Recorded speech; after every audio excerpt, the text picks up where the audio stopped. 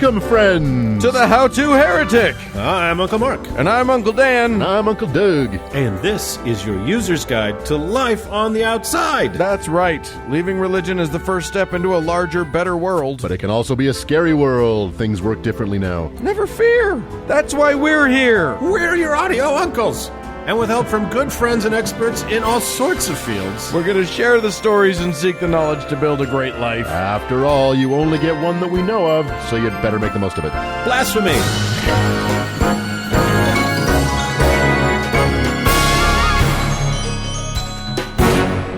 Guys. Hello. Blasphemy! Sorry, are we just yelling? I thought we were yelling Perfidy. that now. Yes, we yell that. Anytime you get nervous or scared Corruption or anxious, just yell blasphemy. So here we are. I'm coming to you from the People's Republic of Canada. You guys are in God's true country. That's right. Here we are, the triad of derp. Episode 88. This week, as always, brought to you by the Wonder Bible until they tell us to stop. It's quite a show.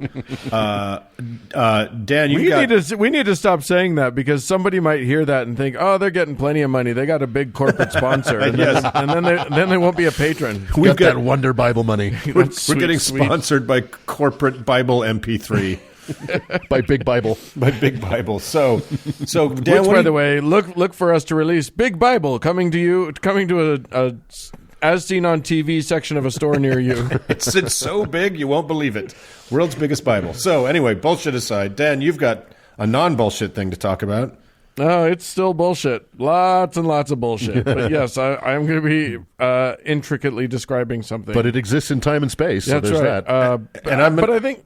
Yeah, I think before that, you're going to talk about a very special somebody, aren't you, Mr. Mark? I got excited there and a little ahead of myself with all the big Bible talk. Yes, we're going to talk about magic. Yeah. What it is, how to use it, how the fuck does it work? And spelt with a K. A C and a K. How about that? Yeah. Ooh, yeah. And Fancy then magic. I'm going to spin a tale of unsurprise. Yes, exactly. On intrigue. Everybody buckle up to not be surprised yes. as you hear things that should shock us. In Doug's weekly crime report.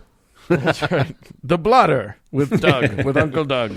All right. Well, that all sounds like a show worth doing. Let's do it. Let's give it a shot.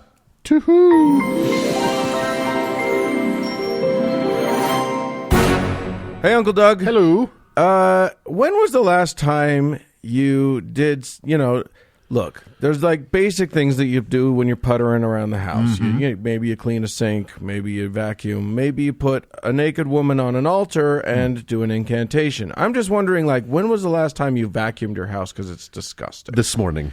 Oh, okay, finally, good. Well, that's good to know. Yeah, at long last. Yeah, but Mark, when was the last time you did one of those other things? Well, yeah. Let me consult Andrew Torres before I answer that question. But our attorney at law, our barrister in this case, yes, our solicitor. Well, I can tell you about somebody who probably did a lot of the latter, but absolutely none of the former. Okay, and I'll get to that. I'll get to both parts, but I have a really interesting person to talk about today. And guys. You don't have to be a Christian or a Muslim to be a superstitious kook who alters the course of their entire life, chasing an invisible dream over the distant horizon. Plenty of Christians and Muslims do just that, but irrational lunacy comes in every flavor of the rainbow, like Skittles. So, we've talked about every stripe of huckster before. Some that seem to know it's all a con, like Benny Hinn, and others that are more convinced of their own special place in God's order than any of their followers even are, like a guy like David Koresh, right? Mm-hmm. So today's new friend, I think, lived somewhere in the middle of those two poles. It's hard to know.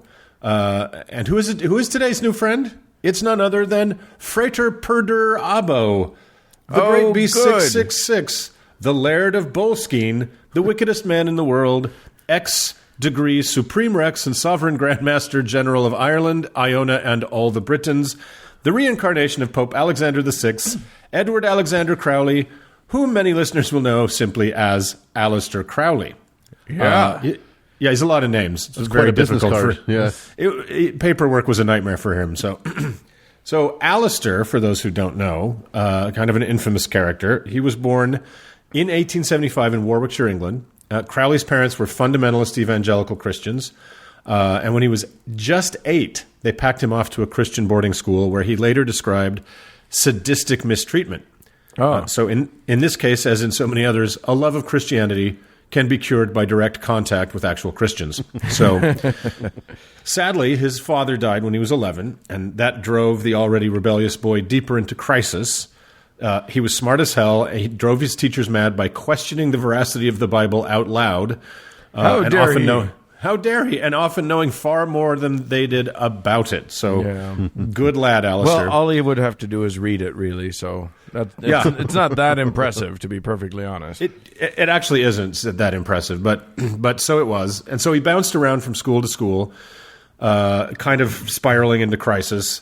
And he, for a British upper class boy, he was misbehaving, like smoking, drinking, masturbating, and talking about it pretty loudly. And then apparently at a tender age, I think he was like 13 or something, he contracted gonorrhea from a sex worker. Holy cow. As you do. It's the best place to get it, really.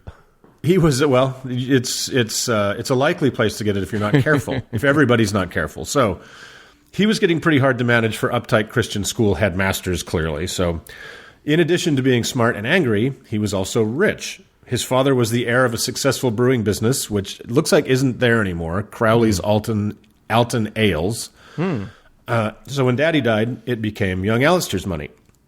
So the wealth allowed this intelligent dilettante to flit from interest to interest, from a high degree of chess mastery to mountain climbing, a hobby that would contribute to his infamy. So Crowley claimed to have his first serious mystical experience, a sexual experience with another man, in Stockholm in 1896. It seems in this moment he discovered his bisexuality, a fact he refused to ever be silent about from then on, shocking the incredibly uptight sensibilities of turn-of-the-century Britain. I love it. Good for you, Alistair. Yeah, I know. It's hard not to love this kid, right? So because of his wealth, intelligence, and connections, despite his vexing behavior, Crowley had thought of becoming a diplomat, which was a cushy life of luxury reserved for, just his socioeconomic strata. Right. But an illness turned him toward questions of mortality, so he gave up that vocation to pick up that for which we know him today, the occult. Yes. So a chance meeting on a climbing expedition in Switzerland got him an introduction into the ranks of the Hermetic Order of the Golden Dawn, which was a British secret society of upper-class types that wore robes and Tutankhamun headdresses that, to modern eyes, look a lot like Joe Bluth's Alliance of Magicians, complete with a sign demanding to be taken seriously. But right. It's kind of hilarious to see pictures of them. But they did take themselves very seriously indeed, and met in secret to summon spirits and growl into the darkness in Latin. So, silly outfits aside, it was here Crowley was introduced to the ritualistic consumption of drugs, and he took to that ritual with the beginner's gusto. Yes, indeed. So, who can blame him? It was probably the gonorrhea talking. So after these gateway experiences, he decided to jump into the occult with both hooves and purchased a dramatic little manor house in the more dramatic surrounds of Loch Ness. Oh, cool. A place called Boleskine House, which he had then claimed the title of as a laird. Yes.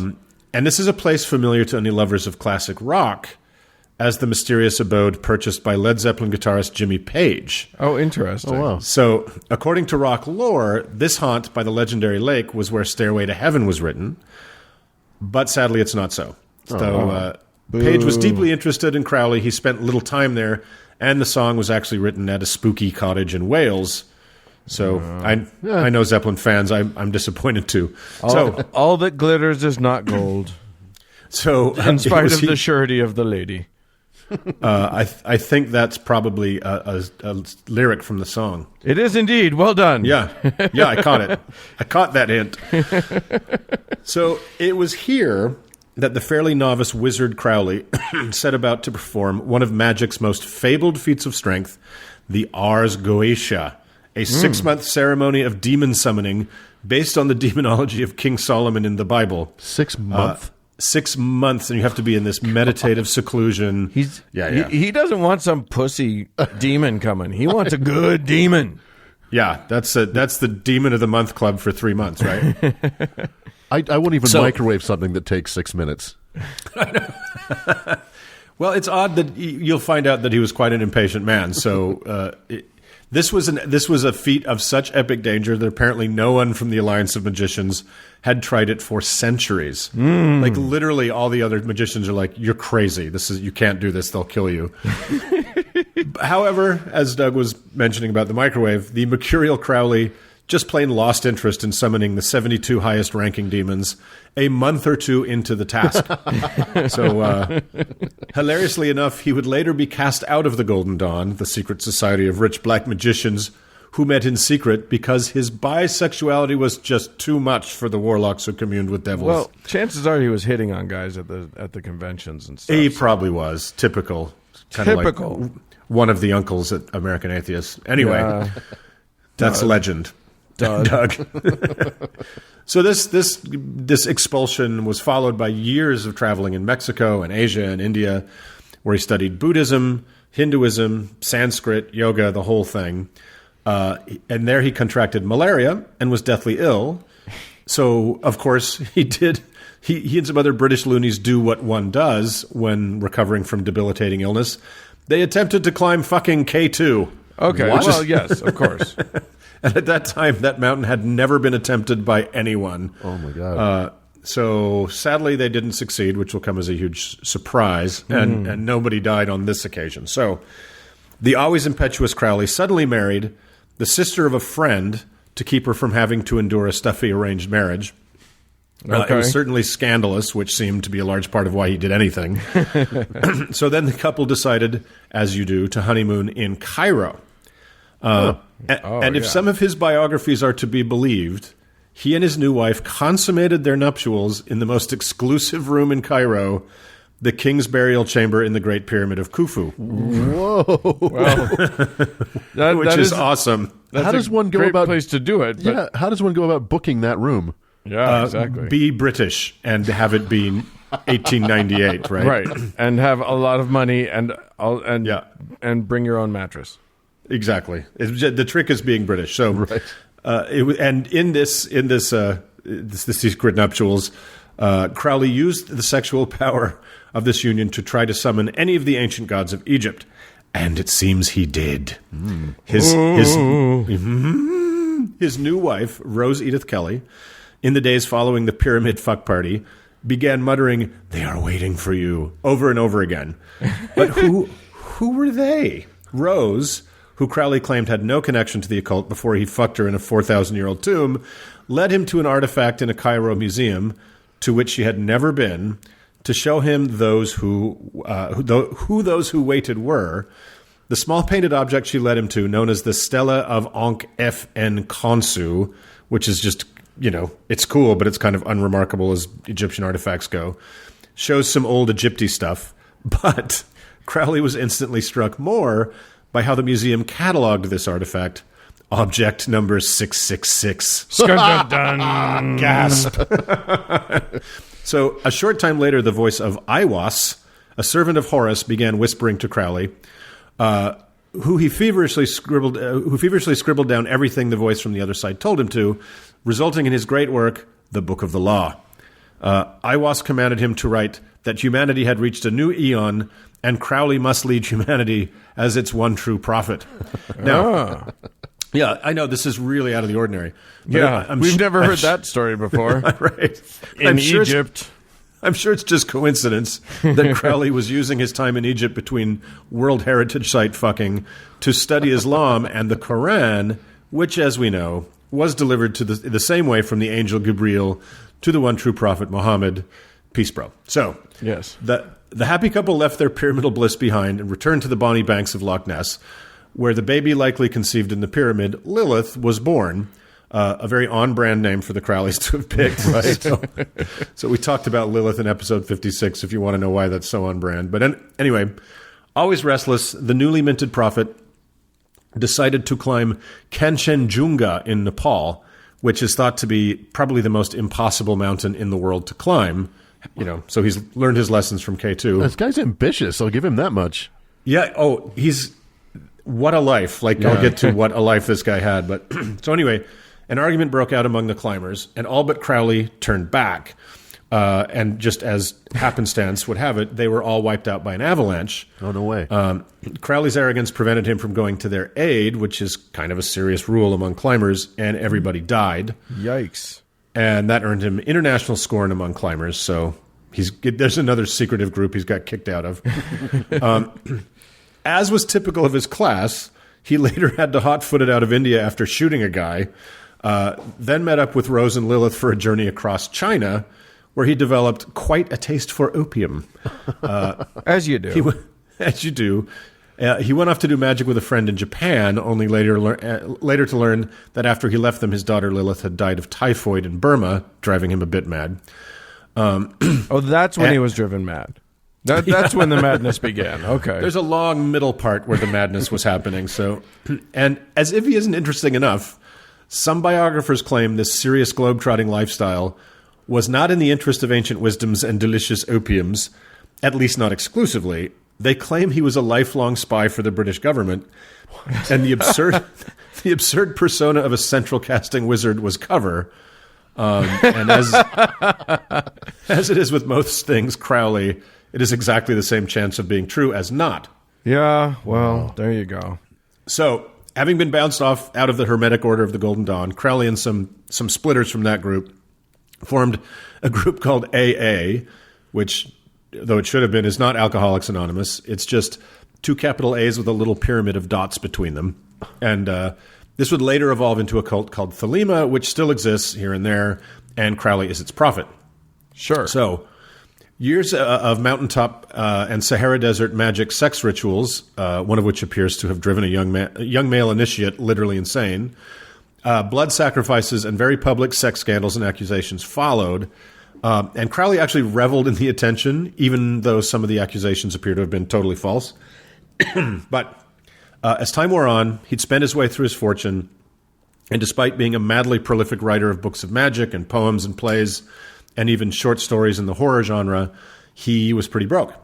So he ended up in New York as a freelance writer, where he oddly began agitating for the German cause in World War I. Oh, my God. Even ridiculously comparing the Kaiser Wilhelm II, who was kind of a middling nobody, to Jesus Christ. Oh, wow. Well, you got in every race you got to pick a horse, and you don't get them all right, and go big or go home. That's right. Oh, this guy went big all the time. So yeah, he sounds like he's the definition of go big or go home. He goes big all the times, every time, never home. This would be a fascinating person to have met, right? Kind of like Mana Sheila in the from Wild Wild Country. Yeah. Right? From the what were they called? Those crazy people. The Rajneeshis. Yeah. Kind of the devil, but she'd certainly be interesting.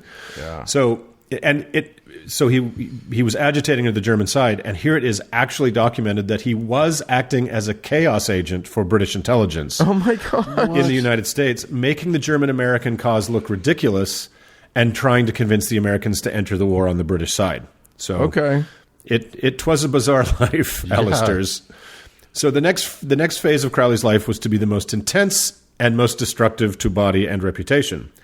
He, after consulting the I Ching, of which you do naturally when you're about to make a crazy decision, he founded the Abbey of Thelema in a tiny town in Sicily to act as a home and school for keen young initiates with money to come learn the ways of the great Magus.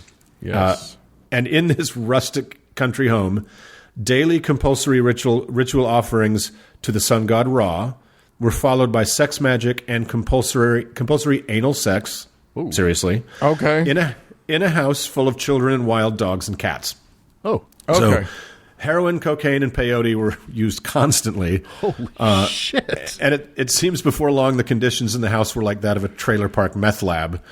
It sounds like you're describing your place, Mark. Yeah, well, that's what attracted me to the story, right? It was the court summons I got from the health department. So this sounds like the hotel room in Fear and Loathing in Las Vegas when they totally wakes up with the dinosaur tail on. but in a quiet Sicilian town.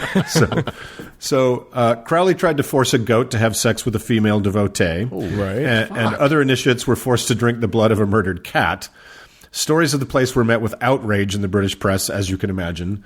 And it was here that Crowley's heroin and cocaine addiction would become the dominant themes of his remaining years. So after Italy deported him from Sicily for reasons Shocking.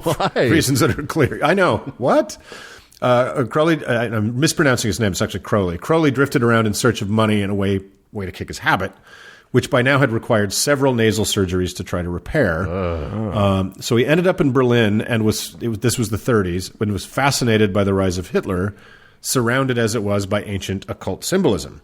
So he even wanted to try to convert the Fuhrer to his cult of Thelema, but later turned on Hitler after he had German occult leaders arrested, and oddly enough, even accusing Hitler of practicing black magic in the press. Boy, the road not taken. Well, it feels a little odd for this guy to be, quote, accusing anyone of doing the stuff that he has been doing his entire life. Right. And to him, black magic is not a bad. Right, exactly. Yeah. I accuse you of eating fruit, sir. Yeah, j'accuse. So, blah, blah, blah. Long story short, Crowley died in 1947 at the age of 72. He left behind a massive trove of writing and art. I counted something close to 70 books and poetry anthologies. Wow. Yeah, he was very prolific in writing, and he was a painter, in addition to all his other crap. But his shadow definitely looms large over the darkest corners of the modern Western tradition. He's inspired everybody from Led Zeppelin, as we mentioned, to David Bowie, to Anton LaVey, to, of course, Ozzy Osbourne. Oh, and last thing, while he was alive, he oversaw several chapters of the Odo Templi Orientis. Ah, yes. Yes, the OTO, another incarnation of a secret magic society. They had chapters all over the world, including one in Los Angeles. And the OTO is largely... I'm sorry, I should let you say it. You say all the things. No, go ahead. Well, isn't it... It's like... Didn't that become part of the whole Satanist movement? Well, I think I didn't go as far as finding that direct connection, but I know that they're just a magic sex cult. Maybe that's all. Well, that may be where Anton LaVey, found inspiration originally, but it was mostly sex and not directly Satanism. Right. We'll have to do them another time. Oh, for sure. So the LA chapter was started by a brilliant young disciple named Jack Parsons. And interesting, but not the most interesting part of that story is that Jack Parsons was a chemist who invented solid rocket fuel. What? And went on to co-found the Jet Propulsion Laboratory out of Caltech, which still is active in getting, probes to Mars and things like that. So, and in getting magic to happen. Right.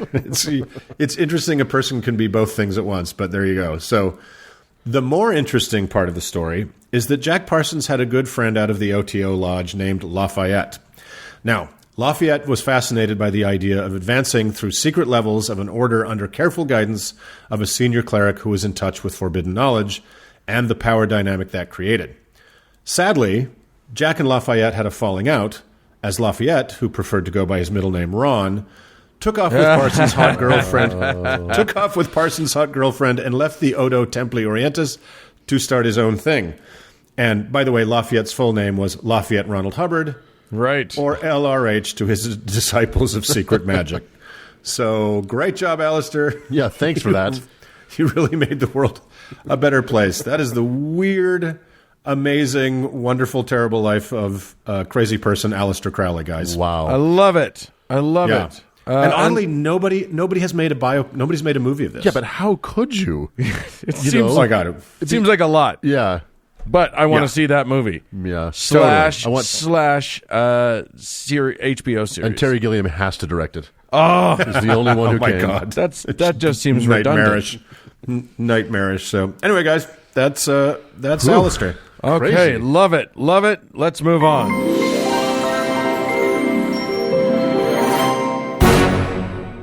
Say, Uncle Doug. Hello. Yeah, there's some things I just don't know one fucking thing about.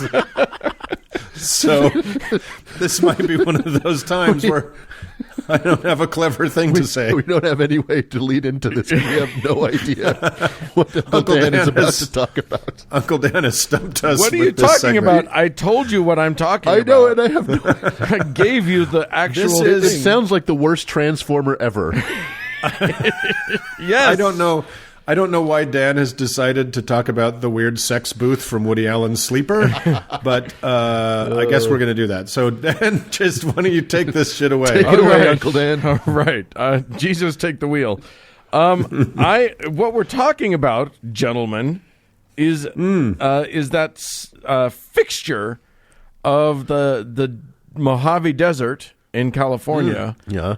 the Integratron. The Integratron, ladies and gentlemen. I don't know how you guys have managed to live your whole lives missing that. As you will learn, it's a very important piece of our history here in these United I know States. nothing about it because my memory was erased in the ignorance-tron. Yeah. It sounds like a lie detector that would explode if Donald Trump touched it. Well, it might. I also might explode if Donald Trump touched me. So who knows? In ecstasy. Yeah. Yes, exactly. And we know what kind of explosion. Dreams really do come true. So anyway, Integratron. I'll just start by describing the thing, and then we'll go and do some history, whatever. Imagine, if you will, a 38-foot tall, dome-shaped building, right. 55 feet in diameter. Perfect, round. It's got sort of 16 segments like an orange. It looks like sort of, it's painted white. Is Pauly Shore inside?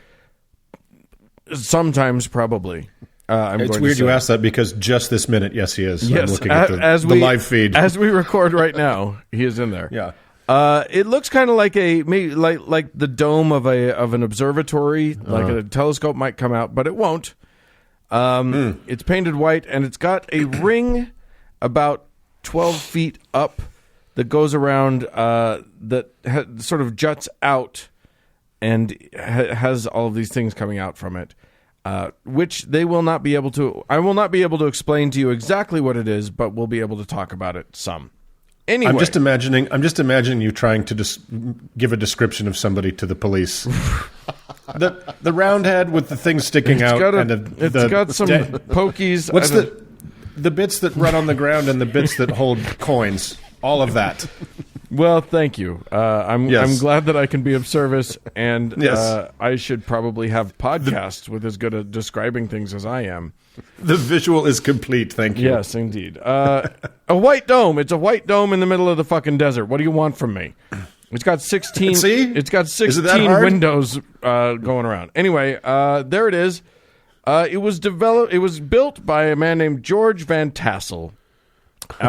Great name. Great name. And I'll give you a little bit of background on George Van Tassel. He grew up in the Midwest somewhere and then moved out to Los Angeles, where he worked in the aerospace industry for a little while. But before he did that, at first he was working in a garage, and he met a German fella by the name of Frank Kritzer, who was a bit of a loner, a bit of a weirdo, and claimed to him to be working a mine somewhere out in the middle of the desert. So they became friends. Meanwhile, George started work in the aerospace industry, or mostly just the airplane industry, as a mechanic, and then as an inspector, and was by all accounts a very smart guy, and did good with that. And then one day, his buddy Frank, he found out that he blew up. Frank lived. Their dream of a cop buddy movie called Kritzner and Van Tassel was dead. Yes, indeed. He was 2 weeks from retirement. I would watch the shit out of that movie. He was getting too old for this shit. So what ended up happening was that Kritzer had excavated out a hole in which he lived, a 400 square foot room underneath a very large boulder called Giant Rock, which aptly named, if you ask Strange me. name. I don't get it, but sure. Which the rock is still out there.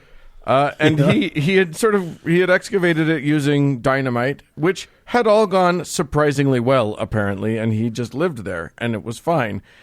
But this was the early 20th century, and he had installed also a giant radio antenna on top of Giant Rock. Oh, Jesus. Leading the authorities to believe that maybe a German guy with with very large communication equipment might be nefarious in nature. He was not on the up and up, yeah. So they decided to raid his little thing and tossed in a canister of tear gas, which apparently ignited the rest of his store of dynamite. Oh, no. And kablooey! So what do you do when your friend has literally gone to smithereens? You go out. It's hard to pick a condolence card for that. Right. That one's tricky. Hallmark forgot. No, they make one. It's just hard to find. Anyway, literally, he went and lived there. He re-excavated the place, moved his wife and children out to the middle of nowhere, and lived there. Where he... Well, that's like in The World According to Garp, where he's looking at a house to buy and a plane crashes into it. And he's like, I'll take it. They're like, what, are you crazy? He's like, what are the chances of that happening again? Boom! I think you figured it out. Yeah. So he, I guess, scraped out the pieces of Frank that were left over and moved in, and set up at least 5 square miles from the Bureau of Land Management, and set up a little airstrip which he ran as a little airport. Also not suspicious. No, nothing weird about that at all. He was an airplane guy. Anyway, while he was living out there, he started to be interested in philosophy and religion, and began holding meditative little retreats in his 400 square feet under the Giant Rock. And people started to come, and they were very interested in all of this. And at some point, in the in the mid to late 1950s, I guess it was early 1950s. It was 53. He was meditating under his rock. He was asleep, apparently. This is all according to his memoir, I Rode in a Flying Saucer. Spoiler alert. He wrote that he awoke one night to find a fellow standing at the foot of his bed, and beyond that fellow, about 100 yards away, a hovering, glittering, glowing spaceship, quote, seemingly about 8 feet off the ground. So his new friend, Solganda, spoke to him in English and said, revealed to him that he's from Venus and was there to help mankind. Took him for a quick joyride in said flying saucer or spaceship or whatever, and then brought him back and gave him the secrets to cellular rejuvenation. Which would come in handy on Venus. Yeah. Wait, no anal tomfoolery? Just a joyride with the top down. You know, you don't say all of the things in your memoir. Oh, all right. When you it's hold stuff back. When it's a positive experience, you keep some to yourself. I wasn't saying it wasn't positive. I was just wondering how he got off without it. That's all. Listen, Mark, not everybody wants to tell about all of their anal experiences, okay? Strap in, everybody. That's Mark's other podcast. Anal talk. Anyway, thus began construction on the Integratron, which was basically supposedly there to be a device that would rejuvenate human cells, and also it was there for the research into levitation and time travel. That's right, time travel. That's going to happen, surely. So there you go. He decided to incorporate the works of Moses, Nikola Tesla, and George Lakhovsky, inventor of course, the multiple wave oscillator, as you well know. Sure. All of which was all of this was going to go into the building of this device that was going to give people basically eternal life, because biological cells have unique resonant electromagnetic frequencies, and if you resonate them correctly, then they'll get young again, and voila, because all cells are basically like electrical batteries. Well, according to the Matrix. Yes, exactly. So that's why to jiggle my cells properly is why I have one of those things at home that you put the strap around your waist and turn it on and goes. I'll live forever. Okay. Yes, I just got an image that I don't think I'll ever get out of my head. But Nope. I'm not going to describe. You're welcome. It. Yep. You're welcome. So yes, this. So he designed this building to be an electrostatic generator for the purpose of rejuvenation and time travel, according to him, and began construction, basically funded entirely by donations brought in by readers of his pamphlet that he put out. Now, he had this other thing going for him, which was that he started in the 50s to host the Giant Rock Interplanetary Spacecraft Convention. Huh. This guy had a gift for naming things. Yes, indeed. Which he hosted for more than 20 years. Now, you may know, and there's a lot of stuff that we're going to have to get back to. There's a lot of stuff in the research for this that I want to go back and cover. But Uncle Mark, not unlike yourself, there's an intersection here with certain other groups. Basically, after Roswell, the Roswell, New Mexico sort of in space landing, alien encounter rumors came about. A lot of people started talking about how they had been contacted by aliens. Yes. So our George rose to fame as one of the leading contactees / ufologists, which makes that phrase makes me want to shoot myself in the face. Anyway, he started this convention, which drew in at its peak in the late 50s 10,000 people. Oh my God! People were very interested in UFOs. There's a lot of speculation about this being a thing where this was also the time when the atomic bomb was starting to was starting to be a real danger, and there were new aircraft being invented and rockets being invented every day, and people were afraid of being attacked from above for the first time in their lives or in the world, other than lightning. So this alien thing really captured the imagination of people the world over. We've talked about other alien cults, and LRH basically is sort of the most famous of all of the alien cultist leaders. Yeah.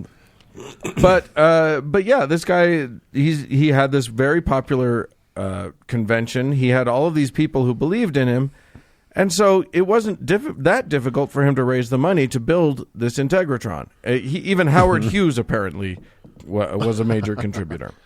And he wasn't crazy at all. No, he had a good head on his shoulders, that guy. He sure did, and tissue boxes on his feet. Right. No word as to whose head that was on his shoulders. Anyway, so he built this dome. He did it using no magnetic material at all. He did it all with wood and joinery, rather than no nails, no screws, no metal. Non-ferrous everything. So Magneto can't attack? Is that the reasoning behind that? Well, no. Probably. Excuse much. It was because it was built exactly, and if you test this, you'll find that it's true. It is 100% exactly perfectly placed on a electromagnetic vortex. That is not a real thing, but people claim that all the time. Eventually, we're going to have to get to Sedona, Arizona, and the vortexes. Not vortices. The vortices, Dan. No. Vortices. Not in Sedona. They're vortexes. And basically, this is a thing that you can't test for with any actual instruments. It's just a thing that you know because you feel good when you're there. All my exes live in vortexes. That Doug gives away his Bond villain horrible turpitude. Yeah. Why aren't there vortexes in Texas? I don't know. That maybe it just sounds too stupid. Good question. We'll get to the bottom of that another time. We won't. So there it is. He built this thing, and about 2 weeks before it was set to really open and get running, our boy Van Tassel died. Oh, the jiggling didn't work? He never got it fired up, apparently. Oh, boy. And there's no word on how it was really supposed to work, because fairly instantly after he died, all of his notes and everything kind of just up and disappeared. But I've pulled this up online, and it's just a building. Yeah. Like, it's not. There's no moving parts or anything, are there? Well, there's that part that I described so well that Mark can now envision perfectly in his head without any visual aids, that I think was meant to spin around, maybe around the exterior of it. It just looks like an observatory. It's just right. You remember when Mark? Do you remember earlier in the segment when I said it looks like an observatory? Do you remember that part? Well, that's I'm the one who describes. I think it looks like a Darlac helmet. There you go. It does. It's a bit of a pith helmet looking thing, yeah. Anywho, so after his death, it went through a few different incarnations. Various people owned it. And by the way, if you ever want a treat, go to the website of the Integratron and read their timeline, because they present it in reverse order, and it reads like it's like reading a version of the show Memento. You just keep getting new pieces, and you're like, wait, what? So if you knew nothing about it and you started reading that in the order in which it's presented, it just keeps springing stuff on you, and it's quite delightful. I see they offer sound baths. That's neat. Well, that's the new thing. So that's where that's sort of the thing. It was supposed to be this one kind of woo, and the guy died before he was able to get that rolling. So it's been various other types of woo since then, and now it's owned by three lovely-looking ladies, all sisters, who offer sound bathing. You apparently go in there, you lie down on a mat, and they play crystal bowls at you. The acoustics are, I assume, they claim perfect, whatever the fuck that's supposed to mean. Right. But it just means that it's a very live acoustic environment, and the sound... It's a dome. Yeah. It's an unusual sound space. I'm looking at these three ladies right now, and I'm going to guess they're not fans of our show. No. These are California hippie ladies, I would guess. Very, very into whatever woo you can possibly present to them. Right. They can't hear the podcast over those noisy fucking bowls. Well, that's true. So anyway, I am assured that it is a relaxing experience to go and lie down in a dome and hear bowls. Sure. Yeah. But nowhere near as cool as the regeneration of your cells and time travel that we could have had if only our one conduit to the people of Venus hadn't died before its completion. Yep. And if he could have regenerated cells, maybe he could have put his friend back together. Right? Got blowed up. Maybe he could have. Maybe that's why. Maybe he kept him in various boxes and was going to. It was a labor of love. Going to piece him back together again. But thanks for explaining what that crazy shit is. Yes, indeed. Next time I go out there, I intend. Apparently, you have to book well in advance, which is why when I was very near it, I didn't actually go to there because I wasn't able to. I wouldn't have been able to get in. Yeah. Oh, pity. Oh, what a pity. Maybe next time I'll drop $30 and get a sound bath. Any kind of bath is better than nothing. So. Exactly. We'll see. All right. Well, lovely. Let's move on. Okay. All right.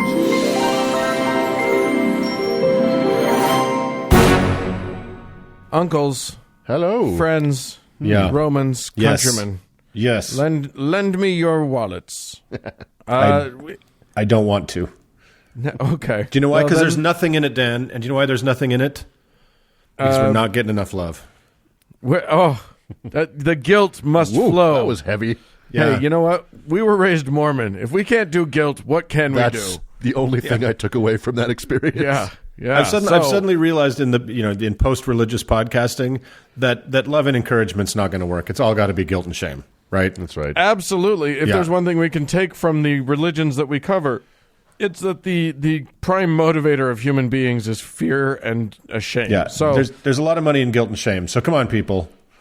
so if you haven't given us money, then you're a bad person. Yes. You made Jesus cry.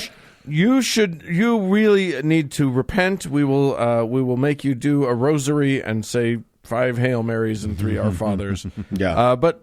And this week we only have one person who doesn't have to do that. One new person, and that The is best person. That is Michael. Michael, thank you so much. Thanks, Michael. For doing your duty. Doing a solid for the uncles. Yes. As a listener, look, Solid duty. listen, we know how many of you there are, and we know how many of you are giving to us, and those numbers do not add up.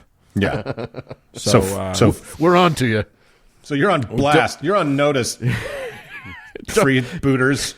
don't make us do a bishop's interview. That's right.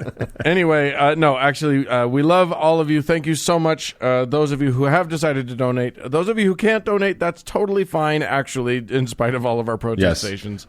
But, it would be free, and it would be totally easy for you to go to iTunes and help us meet our new goal of getting 500 reviews.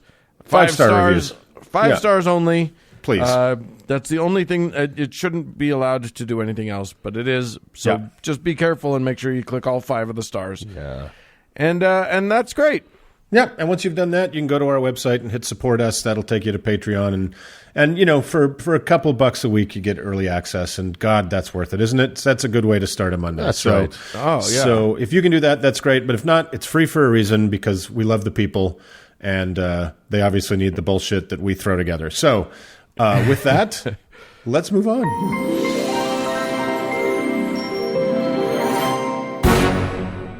Uncle Dan. Uh-huh. Apparently, just weeks ago, when we three were learning so much just over the Kentucky line at the Creation Museum, I learned a lot. That institution of learning and enlightenment, well, it has some secrets, Dan. Oh, no. It's got some secrets, and I think Uncle Doug is here to tell us about the mysteries of the Creation Museum. Well, they're not secret no more. Yeah. Once you show up in a police report, you're not in a secret. Well, uncles, we don't. Did someone get attacked by a velociraptor? We don't talk a lot about our process and how we choose subjects and then spin them into comedy gold for our dear listeners. This is supposed to be comedy? Unfortunately, yes. I missed that memo entirely. Unfortunately, yes. But on the rarest of occasions, while contemplating which awful religiously inspired bloodbath or bass-ackward religious morality tale to cover, fate knocks on the door and with white gloves on a silver platter hands us prepackaged pure and uncut perfection. Yes. Such was the case the other day when I opened up my computer and saw the following headline: Megachurch founder tried to get his former son-in-law murdered on trip to Creationist Museum, says ex-bodyguard. Okay. I just came in my pants. My pants are full of life-giving goo. Sorry, young listeners. Yeah. They needed to learn something. And older listeners. Yes. Yes, sorry. I think you need to be sorry to everyone. There's just I'm so sorry, much, everyone. There's so much to like in this headline, even before doing any research. Just from the headline alone, Yeah. we have a mega church founder, so that's the promise of inevitable corruption and financial mismanagement. True. We have attempted murder, by far my favorite kind of murder. Exposing religious hypocrisy, which is what fuels our podcast.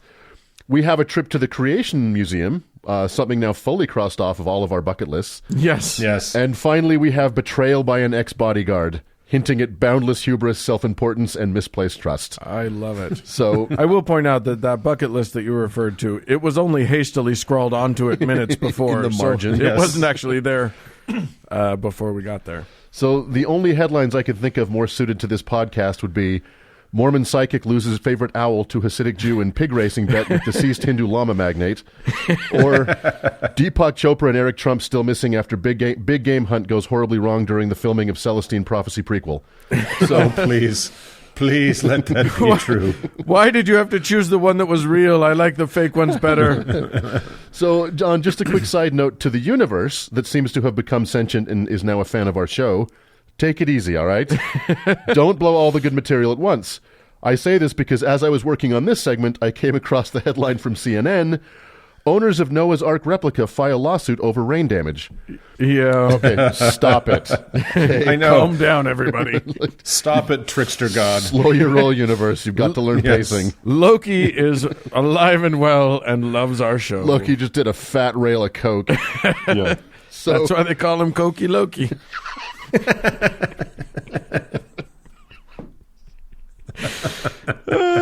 Fun. We have fun. That's why? I never knew why. all right. Let's dig into this perfect headline of attempted murder by a holy man. The pastor in question is one James McDonald. He is founder of the Harvest Bible Chapel in Rolling Meadows, Illinois.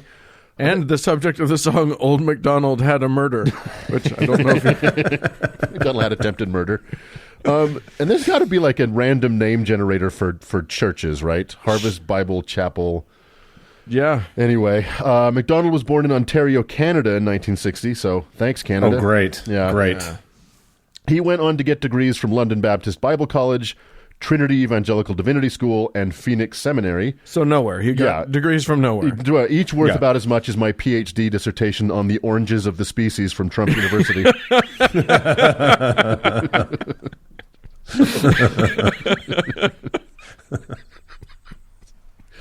You know what, though? That was a beautifully written thesis, Doug. In Sharpie. Yeah. I especially liked the bit about the tortoises. That's fine. Go on. So, founded in 1988, Harvest Bible Chapel grew from 18 people to over 13,000 on Jesus. 7 different campuses across the Chicago area. And as always the case with these types, he founded a spectrum of offshoots to his ministry. Too many and too boring to name here, except for one, Vertical Church Films, which produces small 1 to 3 minute vignettes about Christian subjects. Their magnum Those are opus- my favorite kind of vignettes about Christian subjects. short. Yeah. Their magnum opus is a single shot short looking over the crucified Jesus' shoulder as he takes his last breaths for 6 minutes. Oh, shit. A Jesus POV. Christ. Yeah, it looks like a shirtless Freddy Krueger. You know, you're shooting over this bloodied shoulder for 6 labored minutes. But that's just... So we're just looking out at what he might have been seeing? Yeah, but it's as out of focus, so it's like super duper low budget. It's a single shot. This actor, my God. this actor just wheezing for 6 minutes. Yeah, but is it intentionally out of focus? I don't think so. Well, I don't think they could afford anything to be in focus. they couldn't afford to focus. I want to see this. No, I don't. Yes, you have to pay someone to do that. Yeah, no, don't go watch these. They've produced 3 feature-length films: The Ride, Once We Were Slaves, and The Resurrection of Gavin Stone. I only watched the trailers, but I would say that the nation's strategic reserves of heavy-handed schmaltz are in danger of depletion. Okay. Yeah. So, as the ministry and McDonald's power grew over the years, rumors of financial trouble would occasionally surface, but never gained any traction. And, of course, there were rumors of physical intimidation, sexual harassment, and authoritarian behavior. But, no one believed him. Several incidents that have come to light now, But including... that's never happened in a megachurch, so of It's course so the authorities weird. didn't take No. it seriously. Christians are never like this. That's the thing is, Yeah. it's just this story is like in a vacuum, it's remarkable, but in the context of all of the megachurches we've covered, it is so pedestrian. Yeah. It's almost Yeah. boring. So there's an incident where he pulled a gun on a guy he owed money to in front of several people. Holy shit. Classic. And a ton of other accusations have come out, and basically people have been asked, like, why didn't you report it sooner? He once held Joel Osteen's teeth hostage for 12 months, but then nobody talks about it. Well, he got him Yeah. back in spades.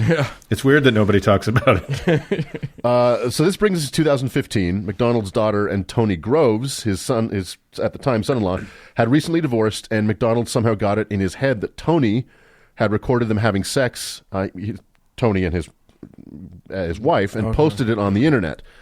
Where he heard this rumor, I could not discover, but he became obsessed with it and took to scouring porn sites trying to find it. Yeah, of course he did. Sure, yeah. Or You that's gotta what he find that. claims. Yeah, exactly. Probably what happened is he saw it on a porn site and then worked Reverse backwards engineered from himself there. out of that. Yes.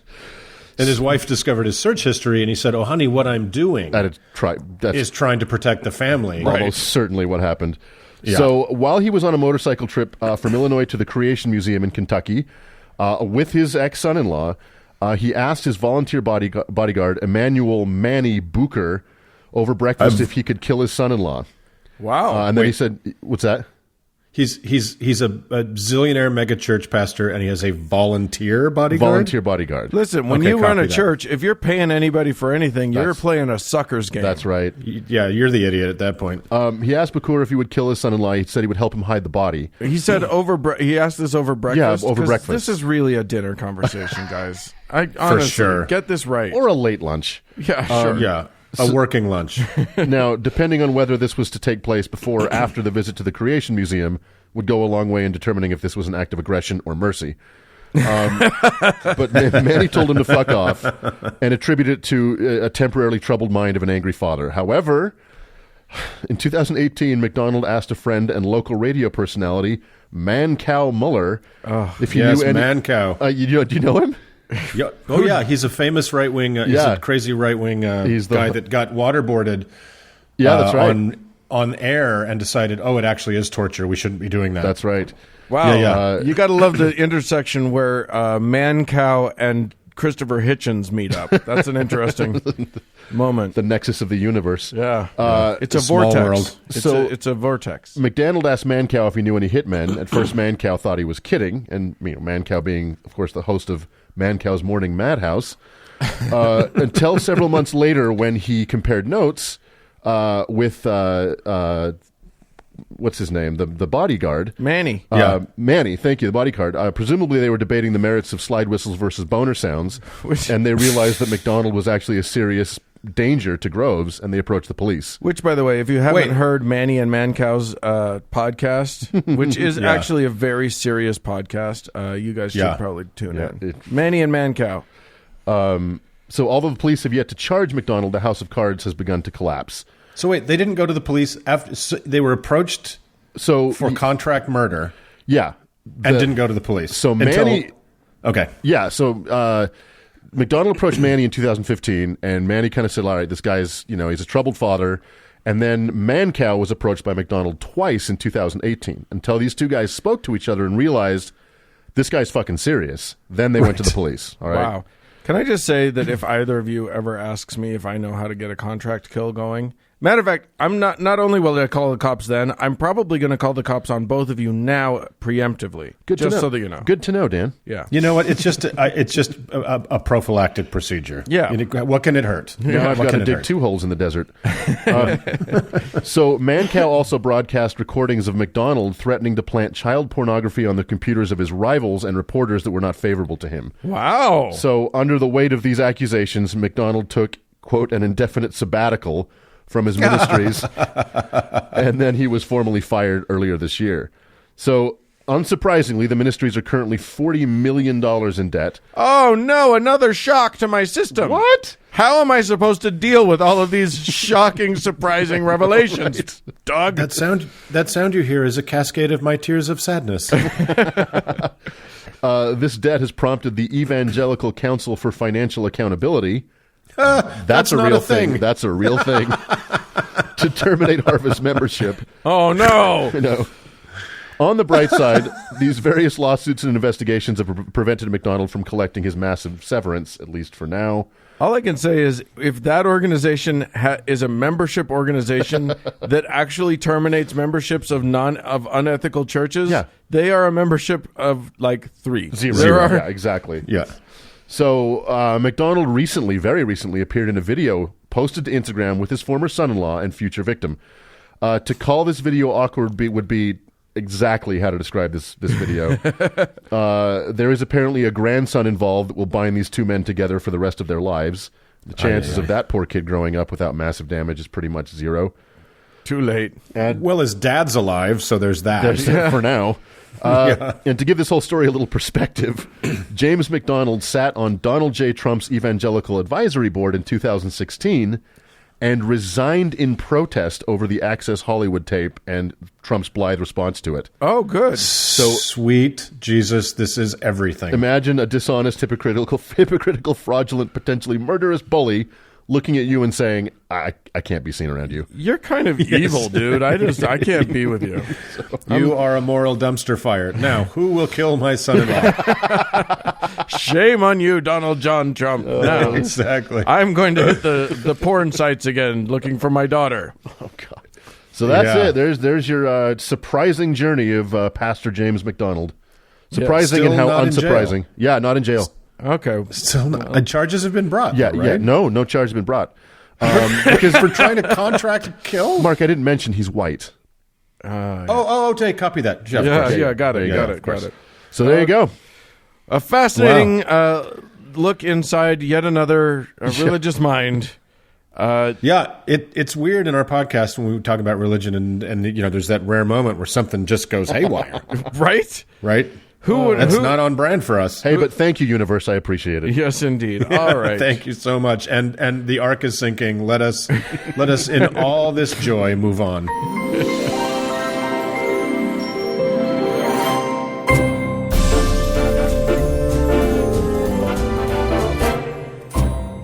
Well, friends, that's it for this week's show. Hey, we'd love to hear from you all. Send us an email, howto@howtoheretic.com. Or if you're just sleuthing every porn site in the world to find your daughter and son-in-law, which is a normal thing to do, you can tell us about it on a voicemail at 903-88-HOW-TO, which is 903-884-696. I'm also on Twitter at HowToHeretic. Yeah, we've got a Facebook page too. You can find that. Yeah. Anyway, thanks so much to our patrons. You are awesome. Yep. And thanks to Cody Layton for editing the show. On vacation, no less. Indeed. Yeah, on vacation. There's a trooper, this guy. He's our hero. And thank you, dear friends, for tuning in. Bye, friends. Bye-bye.